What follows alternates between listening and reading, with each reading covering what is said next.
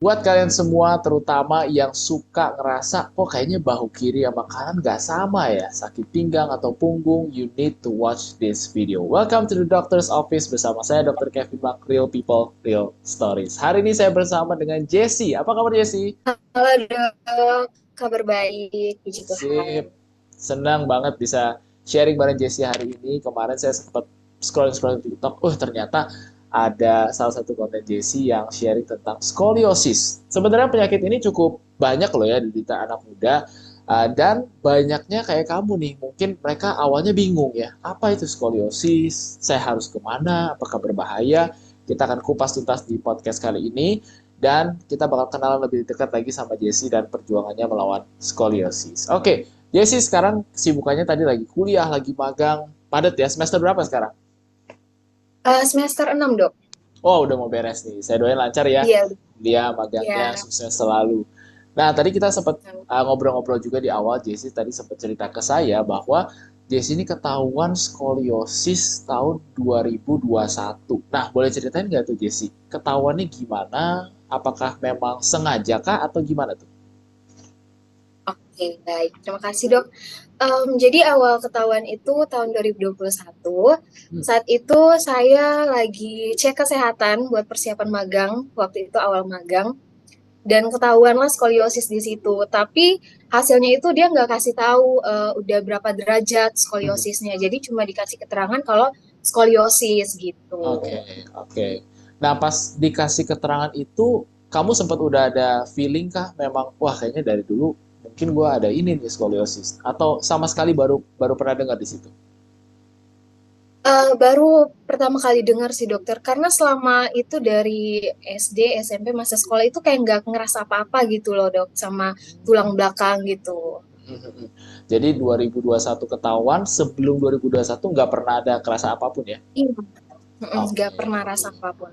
Dan ini juga kasus Jesse sebenarnya banyak dialami anak muda, yaitu kebetulan ya. Jadi kebetulan kamu mau magang, dicek ternyata ada Mm-mm. skoliosis. Oke, ternyata dari 2021 ketahuan skoliosis, kamu apain nih? Next step-nya kamu apain? Apakah sempat berobat kah atau nggak diapa-apain atau gimana? Nggak diapa-apain dok, didiemin aja.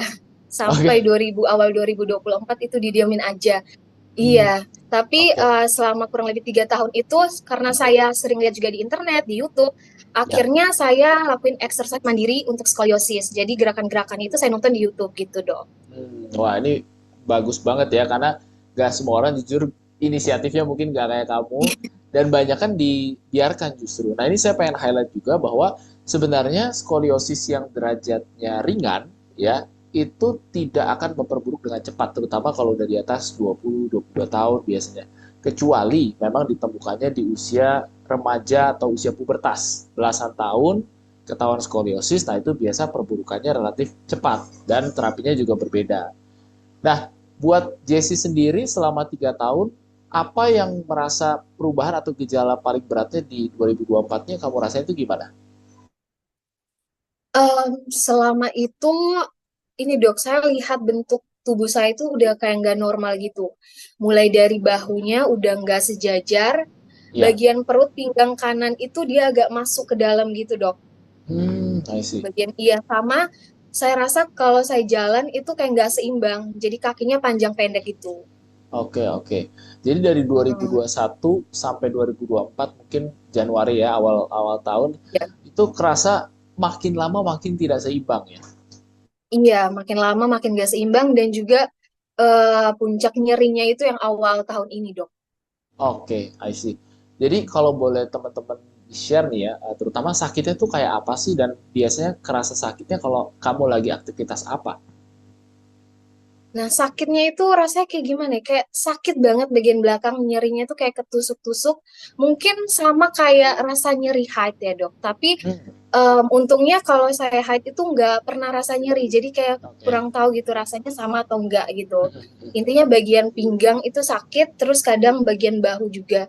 Itu Oke. mungkin rasa sakitnya kalau saya kegiatan full kegiatan, angkat-angkat barang yang berat-berat, itu mungkin Ya, sakit. oke. Nah, ini poin penting juga karena tadi kamu sempat singgung angkat beban berat ya. saya mau tekankan dan highlight dulu bahwa skoliosis sendiri itu tidak disebabkan oleh mengangkat benda berat ataupun di misalnya kamu ngangkat backpack di satu sisi gitu, itu bukan penyebab dari skoliosis. 95% skoliosis itu adalah idiopatik. Mungkin Jesse juga pernah Oh dengar iya. ya istilah itu tidak diketahui penyebabnya kenapa. Tetapi kalau sudah terdiagnosis skoliosis, benar tuh kalau angkat beban berat, duduknya salah, main gadgetnya kelamaan, karena kita relatif nunduk ya, itu akan Iya, betul. memperparah skoliosis. Nah, Jesse sendiri ngerasa aktivitas-aktivitas apa nih yang biasanya suka bikin punggung atau pinggangnya makin gak nyaman, Jesse? Em, saya tuh sering ngerasa nggak nyaman itu kalau kelamaan duduk, kelamaan berdiri, intinya kayak kegiatan-kegiatan yang banyak jalannya gitu tuh udah Oke. sakit banget gitu. Iya, Dok. Oke, oke. Nah, saya sempat ngobrol juga tadi sama Jesse tentang 2024 ini dia mulai nih melakukan terapi dan pas saya baca-baca juga, wah kayaknya perjalanan terapinya lumayan banyak nih ya. Oke, kita coba Iya. sharing buat teman-teman semua. Akhirnya Januari awal tahun kamu udah sakit banget, gak nyaman banget. Itu kamu kemana pertama kali? Iya, jadi awal saya ke rumah sakit itu awal Maret, tepatnya Hmm, tanggal 3 Maret, Dok. 3 ya, Maret itu saya memutuskan untuk ke Rumah Sakit Siloam Surabaya oke, untuk oke. pemeriksaan lanjut. Hmm, Nah, jadi saat tanggal 3 Maret itu saya ke rumah sakit, itu dirujuk ke radiologi untuk ronsen. Johnson ya, Nah, oke. setelah udah ketahuan hasilnya bahwa emang udah skoliosis dan kayak derajatnya tuh udah parah gitu, akhirnya saya dirujuk ke dokter bedah saraf untuk konsultan tulang belakang gitu, Oke. konsultasi tulang belakang. Oke, ya. Nah, buat teman-teman, sekilas info betul tuh tadi Jesse bilang bahwa skoliosis juga ada derajatnya ya, Jesse ya, ada grade-nya gitu. Iya, Semakin besar sudut dari skoliosis, biasanya di atas 40 derajat, itu artinya gejalanya makin berat dan tindakan yang harus diambil juga biasanya lebih agresif. Salah satunya bisa dipertimbangkan untuk operasi misalnya seperti iya. itu. Nah, akhirnya kamu dikasih rujukan ke dokter bedah saraf nih. Pasti mungkin dengar bedah saraf aja udah agak gimana gitu ya, di pikiran kita kan udah agak takut apakah saya harus operasi. Nah, saat kamu dirujuk, apa yang di pikiran kamu, Jesse? Jujur itu eh, dirujuk ke bedah saraf tuh dalam pikiran aku ini kayaknya bakal dioperasi gitu, Dok.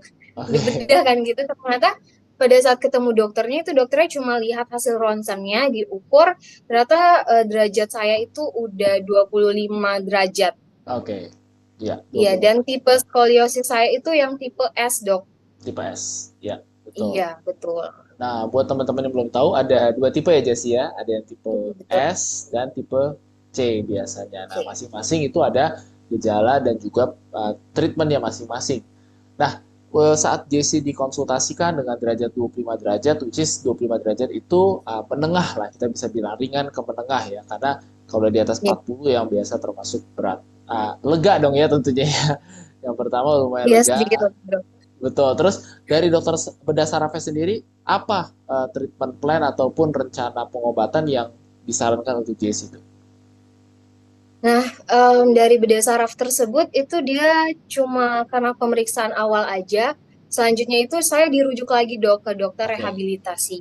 rehabilitasi. Oke, sip. Nah, Iya, itu di hari betul. yang sama ya atau sempat beda Ya, hari? Hari di yang hari sama. yang sama. Iya, hari yang Oke, sama sip. saya langsung dirujuk ke dokter rehabilitasi. Hmm. Akhirnya dicek tuh di rehabilitasi medik. Nah, buat teman-teman yang belum tahu, dokter rehab medik ini cukup penting juga, terutama buat teman-teman yang memang punya keluhan skoliosis, kelainan otot ya. Itu biasa mereka akan cek untuk dikasih nih selama pengobatannya mesti lakukan apa, kalaupun pakai alat tambahan akan digunakan gitu ya. Nah, akhirnya dirujuk, Jesse disuruh apa? Diberikan rencana apa tuh dari sana? Nah, saya dirujuk ke dokter rehab, itu saya akhirnya disuruh untuk fisioterapi, Dok. Fisioterapi. Oke. Iya, Nah, fisioterapi. buat teman-teman kadang kan istilah fisioterapi ini agak rancu nih ya. Ada yang mikirnya dipijit doang, ada yang mikirnya dipanasin doang gitu. Nah, boleh Jesse share nggak untuk seorang Jesse yang memang diagnosisnya skoliosis dengan derajat menengah, itu fisioterapinya diapain sih? Kalau saya sendiri itu dikasih waktu fisioterapi dikasih 2 alat, Dok. Yang pertama yang Ya, infrared itu, yang untuk ya. penghangat, sama TENS, Sama pakai TENS ya, alat TENS. oke. Ya, Ya. ya. Habis itu selain pakai alat, saya juga dikasih exercise untuk skoliosis juga, dikasih gerakan juga. Nah, buat teman-teman yang belum familiar dengan istilah tadi, jadi infrared dan juga TENS itu adalah dua atau salah dua lah ya dari terapi untuk melemaskan otot, relaksasi, mengurangi peradangan di sekitar otot-otot dan tulangnya juga. Dan diberikan yang penting ini adalah exercise. Jadi orang skoliosis punya uh, terapi dan juga olahraga sendiri ya untuk memperkuat dan menyeimbangkan ototnya. Nah, Jesse sendiri itu satu kali fisioterapi berapa lama tuh, Jesse? Satu kali fisioterapi itu kurang lebih kalau jangka waktunya itu sekitar setengah jaman. Dan selama ini dari bulan Maret sampai April itu totalnya saya udah 16 kali terapi, Dok. Wow, 16 kali Iya. ya. Berarti seminggu minimal pasti ada 2 kali ya. 3 kali, dijadwalin Tiga 3 kali kali. sama dokternya. Oke. Tapi ini saya sangat applause untuk Jesse karena tidak semua anak muda itu menganggap skoliosis ini penting ya. Padahal teman-teman harus tahu nanti seiring berjalannya usia, skoliosis itu justru akan bikin hal-hal yang sehari-hari jadi tidak bisa dilakukan atau tidak nyaman untuk dilakukan. Contohnya tadi, sekarang kamu bisa duduk 2 jam, 3 jam nonton. Lama-lama kalau itu dibiarkan makin pendek nanti dan juga tidak nyaman. Belum lagi kalau misalnya ada waktu-waktu yang kita ngangkat benda salah, nah itu akan bikin masalah lagi di kemudian hari. Oke, setelah 16 kali terapi nih, Jesse, apa yang kamu rasain? Apakah improve kah? Terus juga apakah sama aja atau gimana? Sejujurnya sejauh ini belum ada perkembangan Hmm. perubahan yang signifikan ya, Dok, karena emang sampai sekarang itu masih rasa nyeri gitu. Hmm. Jadi selama 16 kali terapi itu saya pernah dikasih obat nyeri sama dokternya. Obat nyeri. Karena Oke. emang ya, karena emang obat selama terapi itu gak berkurang gitu rasa nyerinya.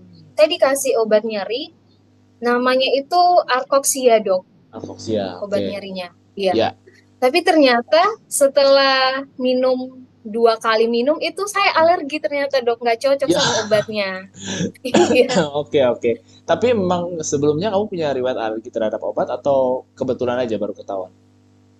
Sebelumnya nggak ada alergi apa-apa Ada. sih, Dok, baru ini Oke, alerginya. oke, oke. Gatal, sakit perut atau gimana? Em, Gatel terus muncul ruam-ruam, sempat juga sesak nafas sedikit gitu, Dok. Oh, oke. Ini penting nih, Iya, makanya buat teman-teman kalau memang ada reaksi terhadap obat tertentu, harus ditulis ya. Nanti berikutnya ketika berobat, jadi ketika memang perlu obat tersebut, jangan sampai diberikan hal yang sama gitu.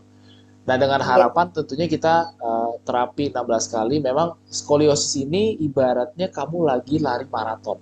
Ini cukup panjang ya pengobatannya, karena yang namanya tulang itu tidak bisa diubah dalam waktu yang dekat dan perlu ditegakkan buat teman-teman yang skoliosis operasi ataupun treatment plan ataupun pengobatan itu tidak akan bikin tulangnya langsung lurus lagi gitu ya. Tapi tujuannya adalah menyeimbangkan otot agar tidak imbalance, terus juga mengurangi nih resiko terjadinya peradangan ataupun gejala di kemudian hari. Yang hopefully Jesse rasakan nanti ya setelah treatment-treatment berikutnya membaik.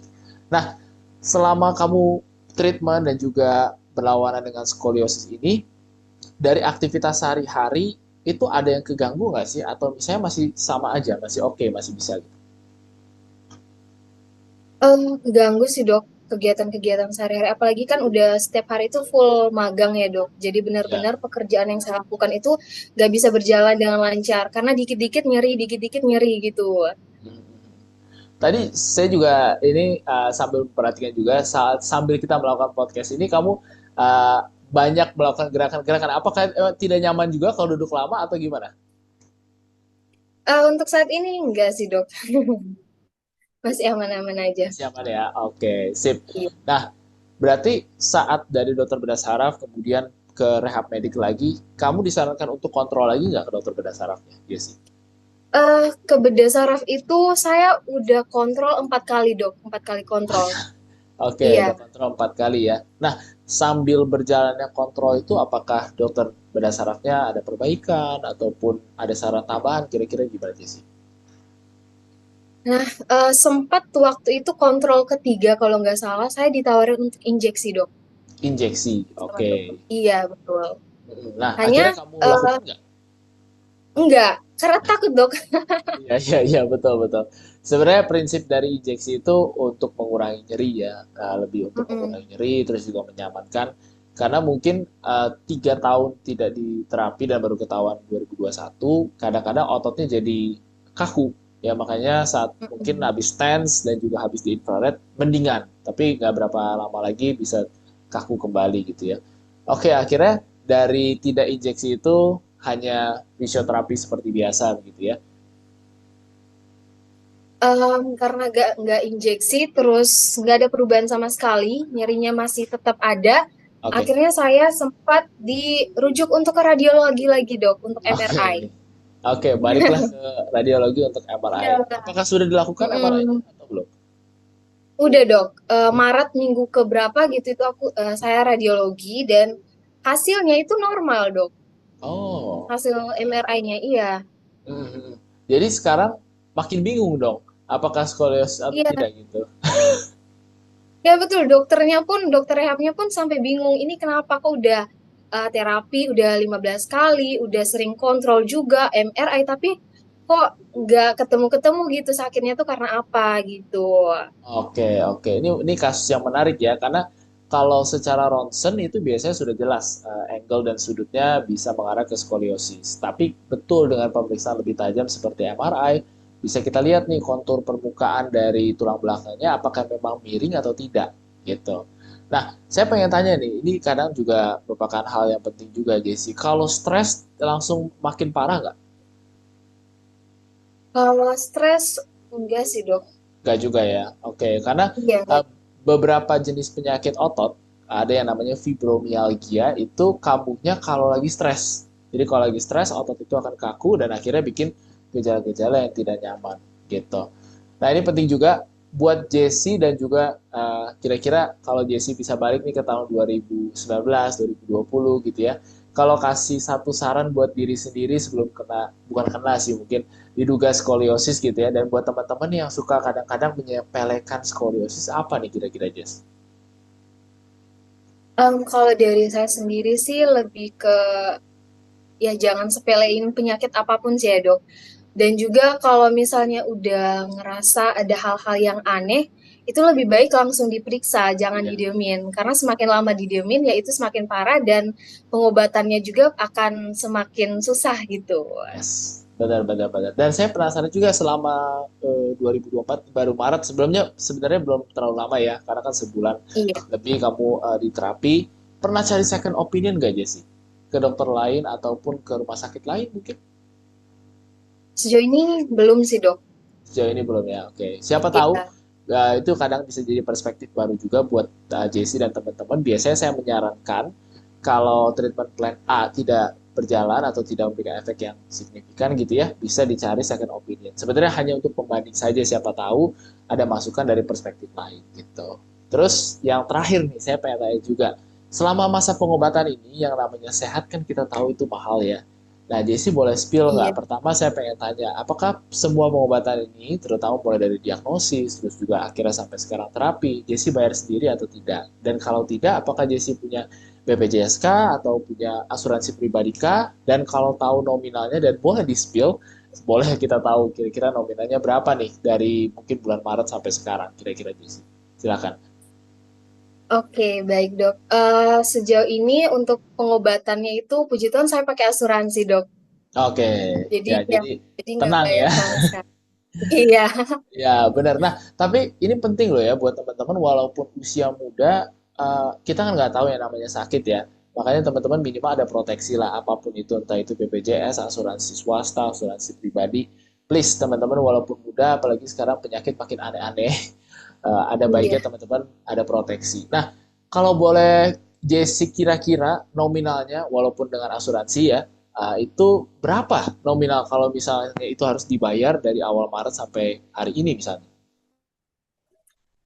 Kalau saya hitung-hitung itu mungkin udah sampai 10 juta, Dok. Kalau saya Wow. hitung-hitung ya. Oke, satu Iya. motornya berarti ya. Nah, berarti Iya. buat teman-teman jangan menyepelekan hal kecil, tadi kata Jesse bener banget, karena hal kecil bila ditimbun dan dibiarkan lama kelamaan akan jadi masalah yang serius.